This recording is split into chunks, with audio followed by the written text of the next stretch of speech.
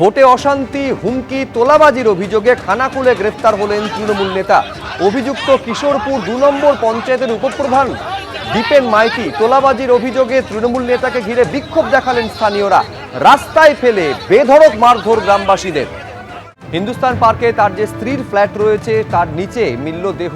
কিভাবে ওপর থেকে পড়ে গেলেন পরিচালক অনিক দত্তের মৃত্যুতে এখনো রহস্য। ভূতের ভবিষ্যৎ ছবির পরিচালকের রহস্য মৃত্যুর ঘটনায় রীতিমতন শোরগোল পড়ে গিয়েছে। প্রচুর চেনা মুখের ভিড় লক্ষ্য করা গেছে আজকে বিকেলের পর থেকে হাসপাতালে।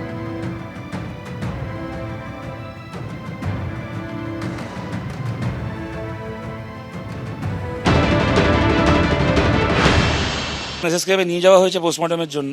তারপরে ওনার মেয়ে রাই বিদেশে থাকে, ও ইউরোপ থেকে খবর পেয়ে এখন ওখান থেকে রওনা হয়েছে, একটু পরে ফ্লাইট নেবে ওখান থেকে। মোটামুটি এক্সপেক্টেড কালকে 3টে সাড়ে 3টে নাগাদ ও কলকাতায় পৌঁছবে। তারপরে ওর সাথে কথা বলেই সরকারের পক্ষ থেকে রুদ্রনীল ঘোষ এসেছিলেন, তিনি অফার করেছেন, আমরা তার জন্য তার কাছে কৃতজ্ঞ। তারা বলেছেন তারা নন্দনে নিয়ে যেতে চান।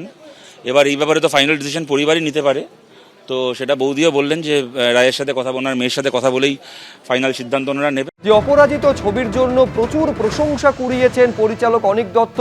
প্রযোজক বলছেন তার দ্বিতীয় পর্ব অর্থাৎ অপরাজিত 2 সেটা নিয়েও কথা চলছিল। তার মাঝে এই শোক সংবাদ সামনে এলো। ফ্ল্যাটের 4 তলা থেকে পড়ে মৃত্যু হলো অনিক দত্তর। সিপিএম রাজ্য সম্পাদক মোহাম্মদ সেলিম তিনিও গেছিলেন হাসপাতালে, কি বলছেন শুনবো।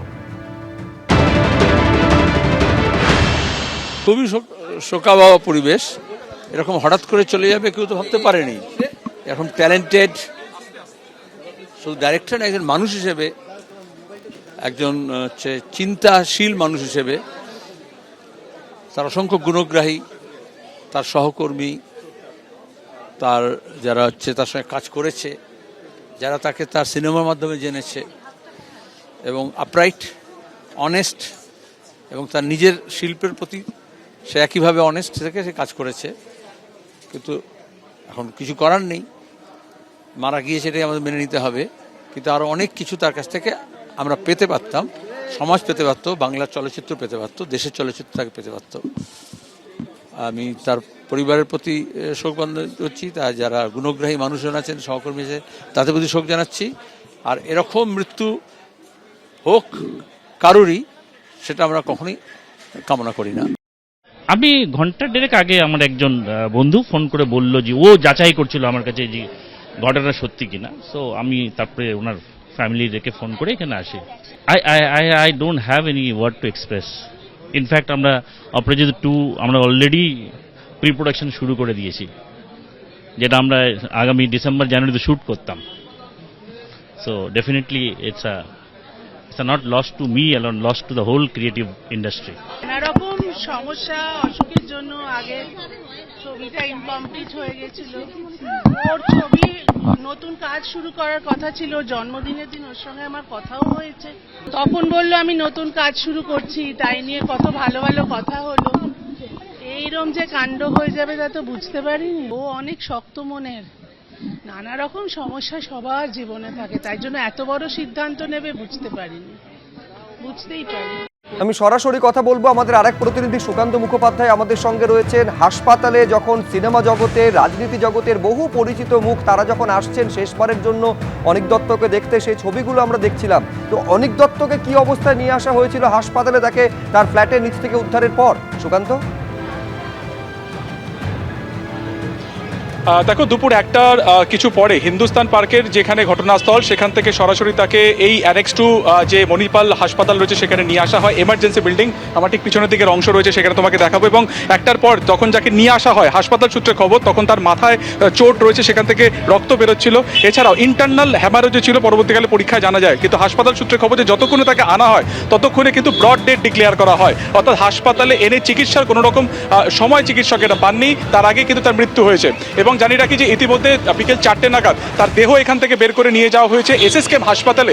এই মুহূর্তে তার কিন্তু ময়নাতদন্ত চলছে এবং তার মেয়ে বাইরে থেকে আসেন, আগামীকাল তার পৌঁছানোর কথা রয়েছে এবং তার মেয়ে আসার পরই কিন্তু তার শেষকৃত্য সম্পন্ন হবে। কিভাবে এই গোটা ঘটনাটি ঘটলো সেটা এখনো পুলিশ তদন্ত করে দেখছে। তবে পরিবার সূত্রে যেটা জানা যাচ্ছে যে বেশ কয়েক বছর ধরে তিনি কিন্তু এই হাসপাতালেই তার কিন্তু চিকিৎসা চলছিল, একাধিক তার মানসিক এবং শারীরিক তার চিকিৎসা চলছিল এবং সেটা নিয়ে তিনি যথেষ্ট ডিপ্রেশনে ছিলেন। সব মিলিয়ে সেই কারণে এই ঘটনা কিনা খতিয়ে দেখা হচ্ছে এবং এই হাসপাতালে আমরা দেখলাম অনেকে এসেছেন, রাজনৈতিক ব্যক্তিত্ব থেকে মোহাম্মদ সেলিম থেকে শুরু করে শতরূপ ঘোষ এবং অন্যদিকে তোমার সৃজিত চক্রবর্তী, সৃজিত মুখার্জি থেকে আরম্ভ করে তোমার কিছুক্ষণ আগে রুদ্রনীল ঘোষ, যারা একের পর এক তারা সতীর্থ ছিলেন, যারা রাজনীতিতে ছিলেন, প্রত্যেকে কিন্তু এই মুহূর্তে এসেছে এবং প্রত্যেকের কাছে এই ঘটনাটি অত্যন্ত শকিং। যদিও পরিবারের তরফ থেকে এখনো পর্যন্ত অফিসিয়াল কোনো স্টেটমেন্ট দেওয়া হয়নি, তবে তার যারা সতীর্থরা রয়েছেন তারা কিন্তু পরিষ্কার জানাচ্ছেন যে আজকে একেবারে তৎপরতার সাথে পুলিশ কিন্তু তার ময়নাতদন্ত জন্য তার হাসপাতালে পাঠানো হয়েছে। এছাড়া ডিসি এসিডি এখানে এসেছিলেন, ফরেন্সিক অন্যদিকে যারা হোমিসাইড যারা তদন্ত করে দেখছেন সেই হোমিসাইড বিভাগের আধিকারিকেরাও এসেছেন। যেহেতু ঘটনার সময় তার স্ত্রী একেবারে ফ্ল্যাটেই ছিলেন, তাই কী ঘটনা ঘটেছিল, শেষবার তিনি তার স্বামীকে কখন দেখেছিলেন, সেই সময় তার আচার আচরণে কোনো রকম অস্বাভাবিকতা বা কোনো অসঙ্গতি ছিল কিনা তার বয়ানও নেওয়া হয়েছিল এবং দেহ কিভাবে এসেছিল সেই সময় যে ডাক্তার প্রথম বা যে চিকিৎসক প্রথম তাকে দেখেছিলেন তারও বয়ান কিন্তু ইতিমধ্যে নেওয়া হয়েছে হোমিসাইড বিভাগের তরফে। ফলত সব মিলিয়ে একটার কিছু পরে এখানে আনা হয়, ব্রড ডেট ডিক্লেয়ার করা হয় এবং 4টে নাগাদ এখান থেকে তাকে বের করে সরাসরি এসএসকেএম হাসপাতালে নিয়ে যাওয়া হয়েছে এবং আজকে সেখানে তার ময়নাতদন্ত হবে এবং সেক্ষেত্রে দাঁড়িয়ে কোথায় কি আঘাত রয়েছে, ঠিক কী কারণে তার মৃত্যু হয়েছে পুরোটা কিন্তু স্পষ্ট হবে ময়নাতদন্তের রিপোর্টের পর। ধন্যবাদ সুকান্ত। এবিপি আনন্দ, এগিয়ে থাকে, এগিয়ে রাখে।